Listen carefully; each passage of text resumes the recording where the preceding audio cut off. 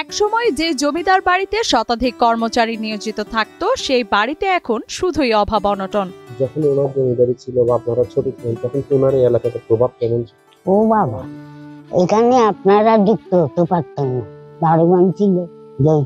রামধন জমিদারের নাতনি ছবিধর জন্মের পর থেকেই কখনো দেখেননি অভাব। একসময় প্রতিবেলা ৩০০ জনের রান্না হতো এখানে। বাবুর্চি ও কর্মচারীও ছিল বাহুল্য। সে সব যেন এখন শুধুই স্মৃতি।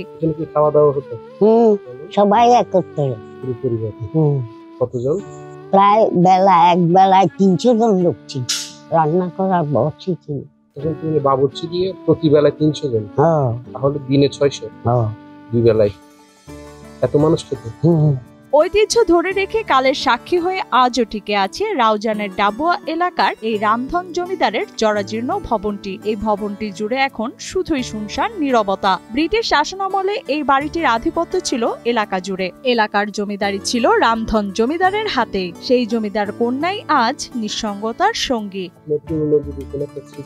যখন বাড়ি জমজমাট ছিল, কোনো স্মৃতি আছে? ও বাবা, জমজমাট মানে কি? দিন রাত আমি একা, কাজের লোক আছে, ওরা জল টল সব এনে দেয়, বাটা বসা ধোয়া পালা সব ওরা করে দেয়, রান্নাটা আমি নিজে করি। এখন কি মাঝে মধ্যে থাকেন তখন কিছু নিয়ে কষ্ট হয় যে আমি একা আছি, আমার সাথে কেউ থাকলে? না না, ওসব আমি চিন্তা করি। ছবিধরের ঠাকুরদা ছিলেন রামধন জমিদার, পরে হাল ধরেন বাবা কেশবচন্দ্র ধর। ১৯৫৫ সালে বাবার মৃত্যুর পর ধীরে ধীরে জমিদারির দাপট হারিয়ে যায়। আজ এই বাড়ির একমাত্র অধিকারী ৯২ বছরের কুমারী জমিদার কন্যা ছবিধর। রামধন ভবন, আমার দাদুর নাম হচ্ছে রামধন ভবন, রামধন ধর। আর ছেলে হলো আমার বাবা তেজেন্দ্র চন্দ্র ধর। আমার বাবা এক ভাই এক ছিল। আমি শুনছিলাম এখানে একটা ২৫০ বছরের পুরনো একটা বাড়ি আছে, তারপর একটা বয়স্ক মহিলা আছে, ওইগুলো দেখার জন্য আসছে। কি করবো, কেউ তো নেই, কি করবো? অসহায় লাগে না? তাই তো লাগে। ছবিধরের ভাইয়ের মৃত্যুর পর ১৯৬৬ সাল থেকে একাকী জীবন কাটাচ্ছেন কুমারী এই জমিদার কন্যা। এখনো নিজের জন্য করেন রান্না আর নিজ হাতে চালান জীবন। আমার একটা ভাই ছিল, ছোট ভাই, ওটা প্রতিবন্ধী ছিল, উনি মারা গেছে। এরপরে নিজের জন্য কি আর কিছু করার কোনো ইচ্ছা হয়নি যে নিজের একা বা একা কিছু নিয়ে কষ্ট? আমি নিজেই রান্না বান্না করে খাই। বয়স কত? ৯২। আমার ভাই খেতে চায়নি, কারো রান্না খেতে চায়নি ভাই। উনি আপনারটাই উনি বুঝে না, মানে কার রান্নাটা আলাদাটা বুঝে যায় না। জমিদার কন্যা ছবিধর নিজ বাড়ি রেখে কোথাও যান না। তার এই বাড়ি যেন তার কাছে খুব আনন্দের। এখন আর কেউ নেই, আমি আর আমার ভাই।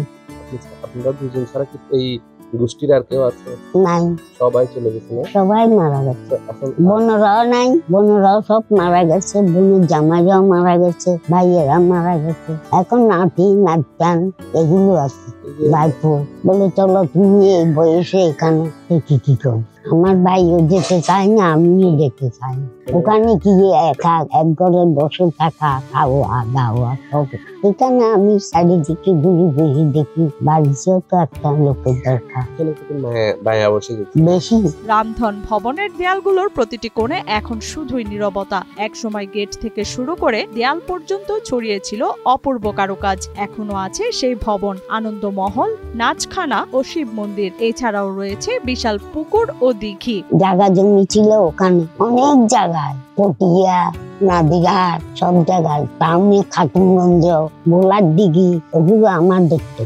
বর্তমানে মূল ভবনের কিছু অংশ সংস্কার করে রামধরের নাতি নাতনি সহ কয়েকজন বংশধর বসবাস করছেন এখানে। তাদের আর্থিক অবস্থা তেমন একটা ভালো না, তবে জমিদার বংশধরের মধ্যে অনেকে পরিবার পরিজন নিয়ে ভারতে চট্টগ্রাম নগর ও রাজধানীতে বসবাস করেন। তারা শুধুমাত্র দুর্গাপূজা কিংবা পারিবারিক অনুষ্ঠানে অংশ নিতে এখানে আসেন। পদ্মা সেতু, মেট্রো রেল এবং এলিভেটেড এক্সপ্রেসওয়ে নির্মাণের গর্বিত অংশীদার বসুন্ধরা সিমেন্ট।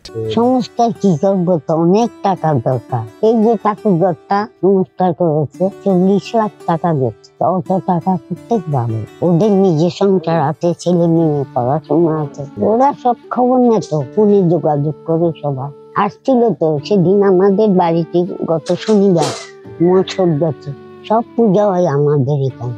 ওরা আসে, যখন আসে তখন ভালো লাগে। এদিকে ইতিহাস ও ঐতিহ্যের সাক্ষী হয়ে দাঁড়িয়ে থাকা এই ভবন এলাকাবাসীর কাছে ধরের বাড়ি নামে পরিচিত। সে সময় চট্টগ্রাম জেলার বিভিন্ন স্থানে তার ছিল বিপুল পরিমাণ জায়গা ও জমি। এই জমিদারের প্রচার আছে তাদের ছিল রূপার থালা, বালতি, চায়ের কেটলি সহ বিপুল স্বর্ণালংকার। যেগুলো আমাদের রাজার ওজন ছিল 2.5 মণ, অষ্টজাতি। কৃষ্ণটা ছিল 25 পাথরের।